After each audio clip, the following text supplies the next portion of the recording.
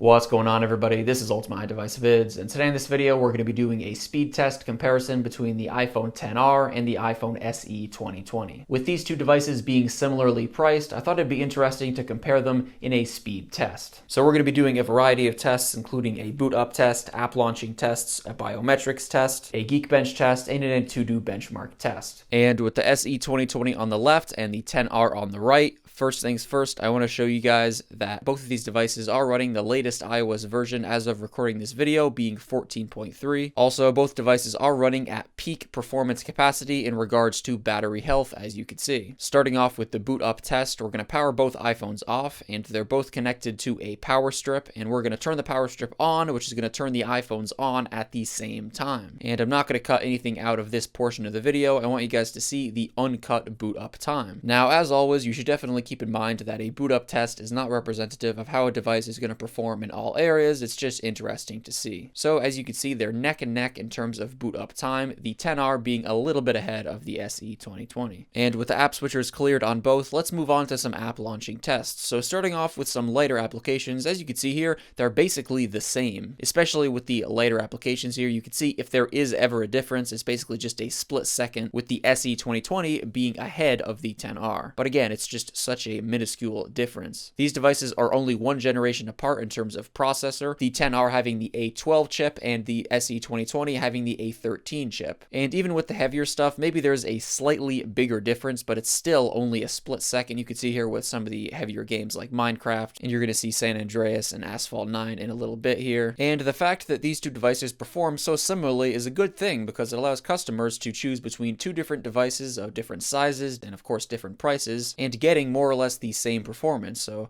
the deciding factors generally come down to things like battery life and overall which device format you prefer. And continuing with the last two applications, San Andreas loading on both right now, as you can see. And once again, that same trend as we've seen is continuing, with the SE 2020 just being a little bit ahead of the XR. And that is reflected in this loading sequence for San Andreas, as you can see. And moving on to Asphalt 9 on both devices, this app takes a while to load. So we're just going to go ahead and speed through here until one of them opens it first, which is the SE 2020, but very shortly followed, you can see here, by the iPhone XR. Basically just the same trend we've seen throughout this video so far. And I also wanted to include a few stock applications in this test, and as you can see here, they're both performing very well with all these applications. Really nothing to complain about at all. Basically the same performance on both. And next we're going to do some consecutive app launching. So with the app switchers cleared once again on both, let's go ahead and start off with some lighter applications. And as you can see here, the same trend is continuing yet again, with the SE 2020 being just a split second ahead, or as you can see here, they're often just tied at the same exact point in the test. So this is the true example of, again, one generation up in terms of a processor, just that minor processing power advantage. And as we start to get into some of the slightly heavier things, for instance, Minecraft here, you can see the difference, again, is slightly larger.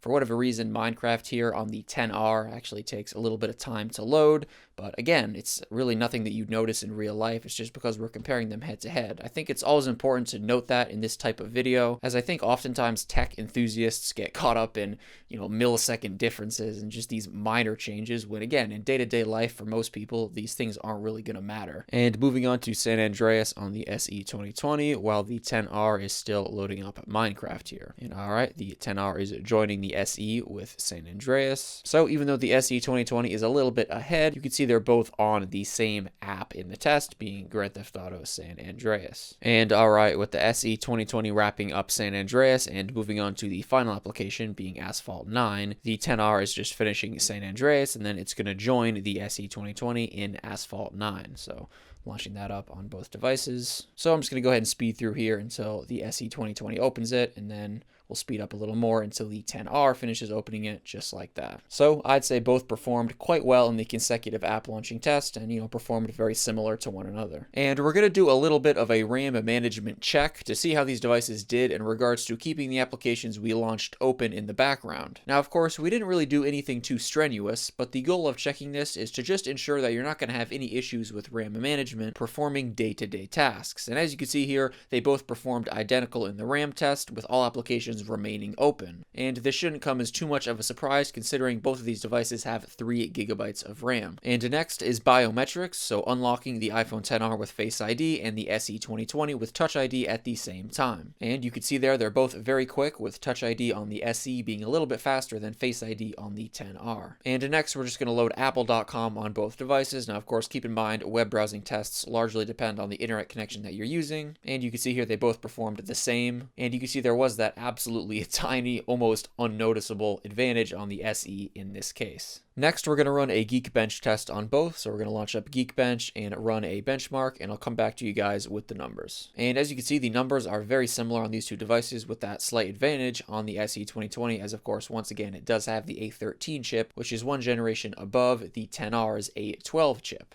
And we're also going to run an Antutu benchmark as well. And once again, same thing to report, very similar numbers between these two devices. So at the end of the day, as you've seen throughout this test, these two devices perform very similarly. So when it comes down to choosing between these two devices, it really comes down to factors other than performance, such as the size and overall design, the battery life, the screen size, etc. And this definitely makes the decision a little bit easier. If you guys are considering buying either of these devices, let me know which one you're considering down below in the comments. Or if you already have one, let me know your thoughts on it. Thank you guys so much for watching this video, and I'll catch you in the next one. Peace out.